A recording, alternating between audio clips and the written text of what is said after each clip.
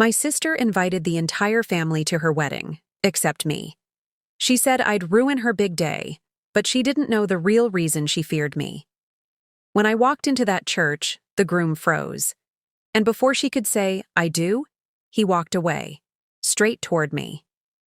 Before I tell you how it all unfolded, make sure to stick around. You won't believe how messy this betrayal gets. Growing up, Rachel and I were never close, even though we were just 2 years apart. Where I was quiet and studious, she was loud and competitive. If I won an award, she rolled her eyes. If someone complimented me, she found a way to outshine it. Sibling rivalry wasn't unusual, but with Rachel, it always felt like I was her enemy rather than her sister. Our parents often dismissed her behavior, calling it normal sister stuff. But the truth was darker. Rachel wasn't just competitive. She was jealous, resentful, and obsessed with making sure I never had more than she did. I tried to ignore it, tried to love her anyway, but that became harder as we grew older. In college, I met David. He was kind, steady, and for the first time I felt seen. David wasn't flashy, but he listened, he cared, and he loved me for exactly who I was. We dated for nearly 2 years, and at one point, he even talked about proposing. I thought he was the one. My family liked him, or so I thought. My parents welcomed him to dinners, and even Rachel pretended to tolerate him. But behind the scenes, Rachel was doing what she always did best: poisoning.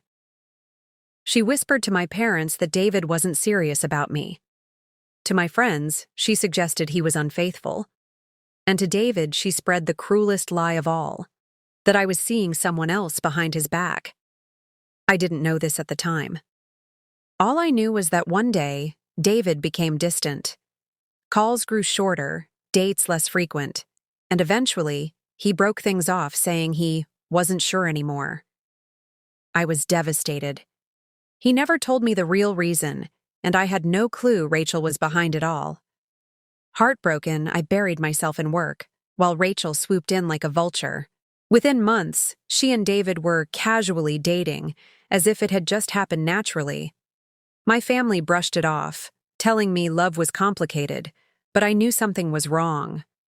Still, I stayed silent, because who would believe me? Rachel was always the golden child in their eyes. Years passed, and though the pain dulled, I never fully healed. David and I never spoke again.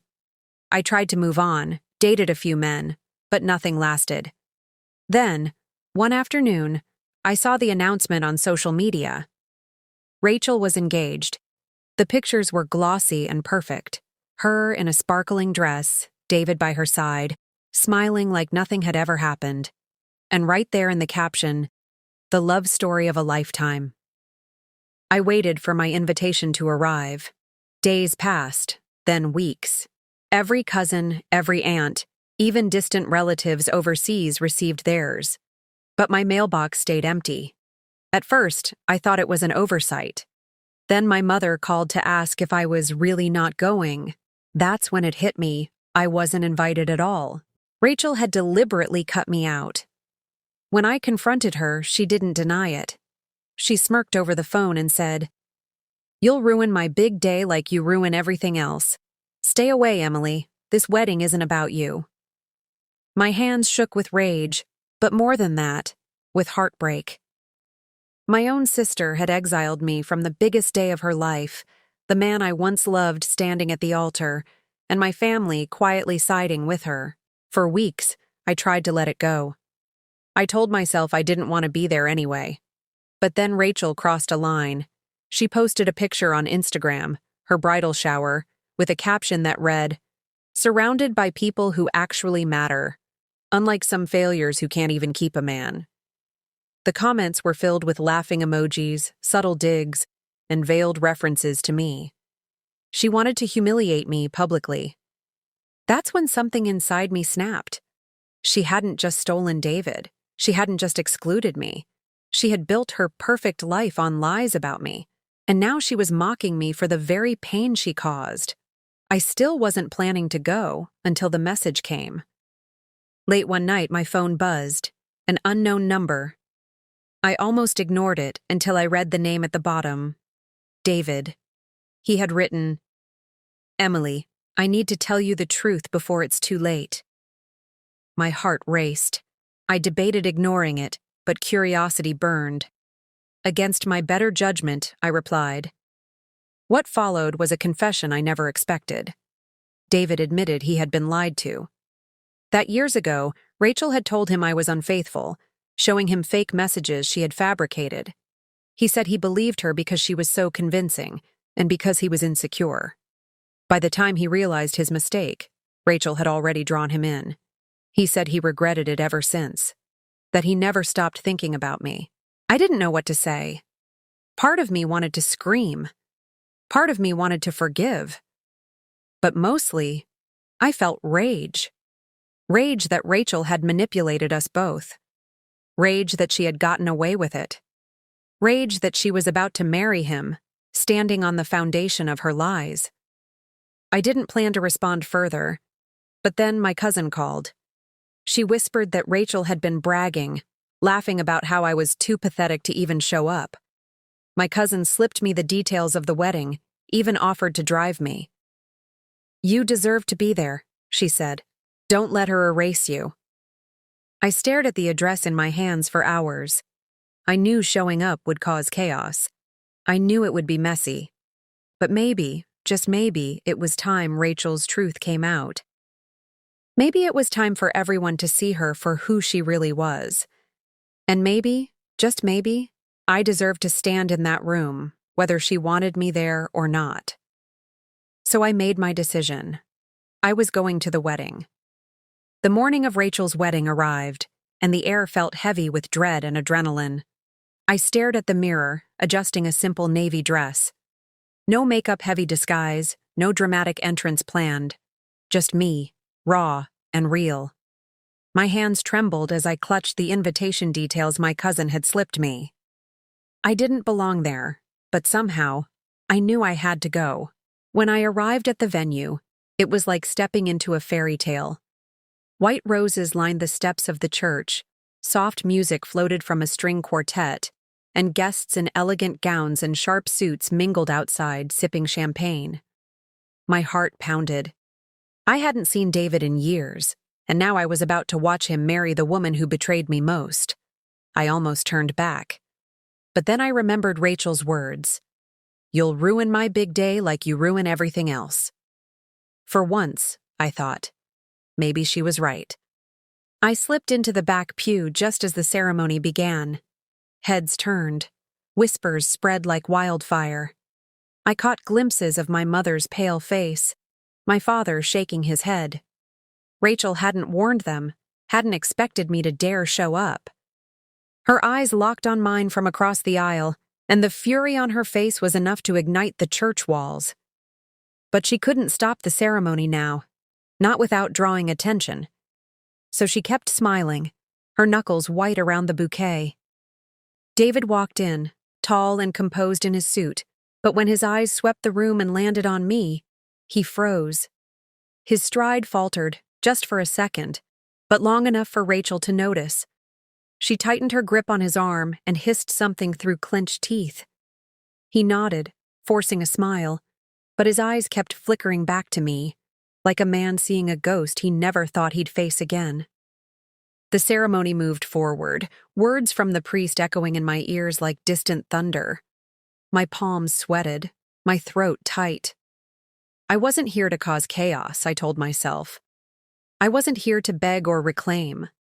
I was here for truth. But the truth has a way of breaking chains whether you plan it or not. When the vows began, Rachel's voice rang clear, dripping with sweetness for the audience. "I vow to love you endlessly, to cherish every moment." Her eyes darted toward me, sharp as knives. I almost smiled. She wasn't making vows to David. She was performing for me, proving she'd won. Then it was David's turn. He lifted his hand, his lips parted, but no words came. His eyes locked with mine, and silence stretched across the church. Guests shifted uncomfortably. The priest cleared his throat. Rachel tugged his hand, whispering furiously, But David stood like a man rooted to the floor. Finally, his voice broke the air. "I can't do this!"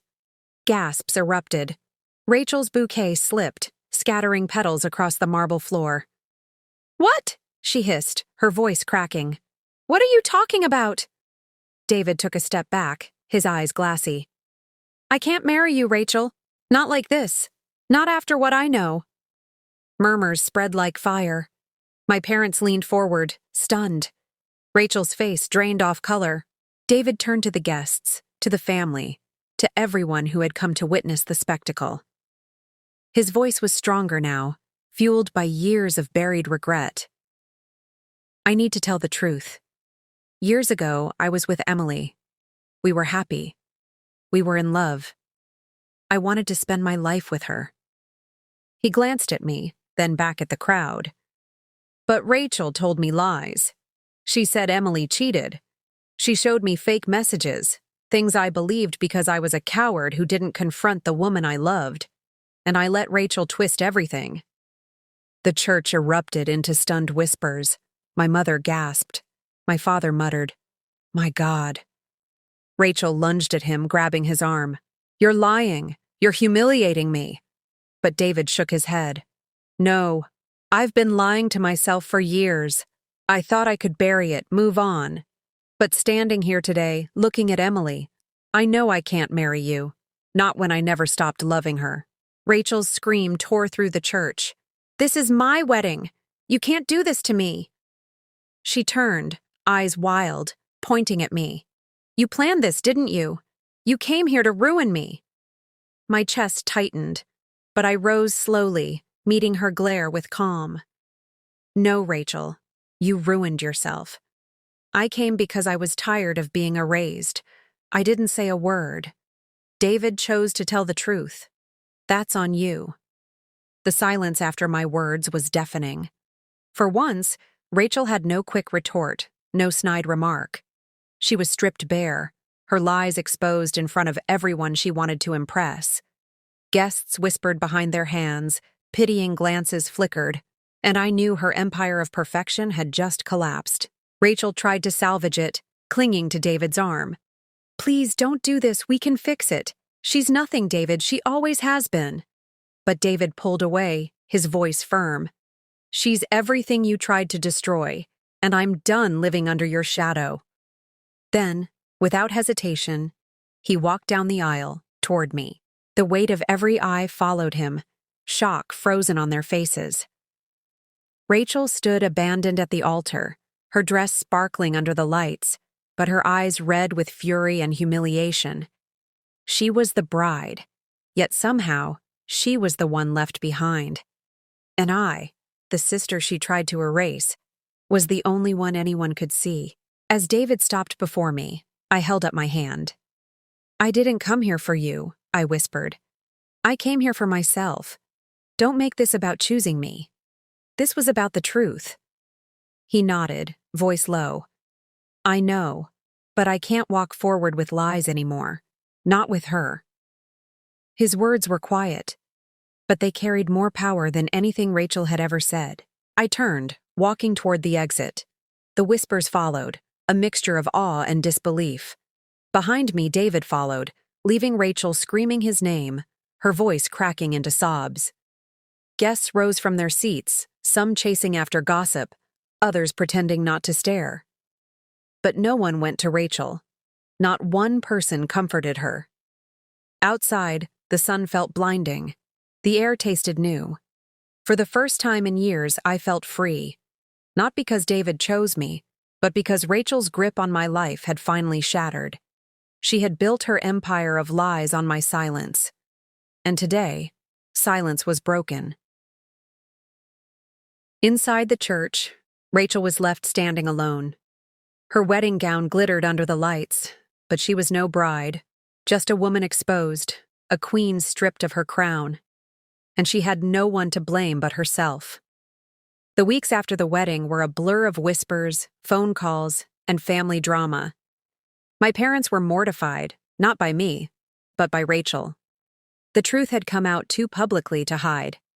Everyone now knew that her relationship with David was built on manipulation and lies. She stopped answering calls, shut down her social media, and disappeared into silence. The sister who once craved the spotlight now hid from it. As for David, he reached out. He apologized over and over, admitting he should have trusted me, should have fought for us. I listened, but I didn't rush to forgive.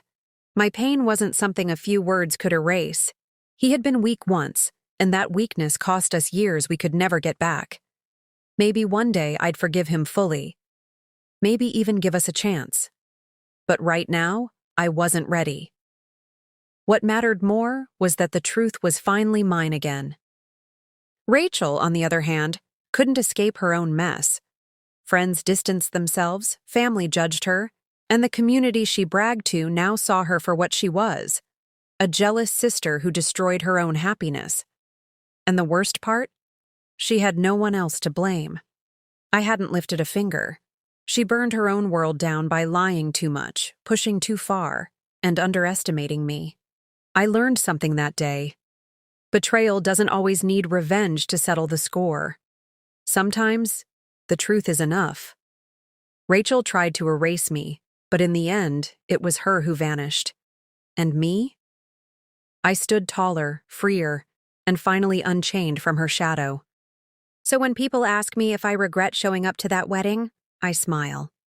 No, I don't regret it for a second, because Rachel wanted me invisible. But on her wedding day, I was the only one anyone saw. If you think this betrayal was messy, just wait until you hear the next confession. Subscribe now, because trust me, you don't want to miss it.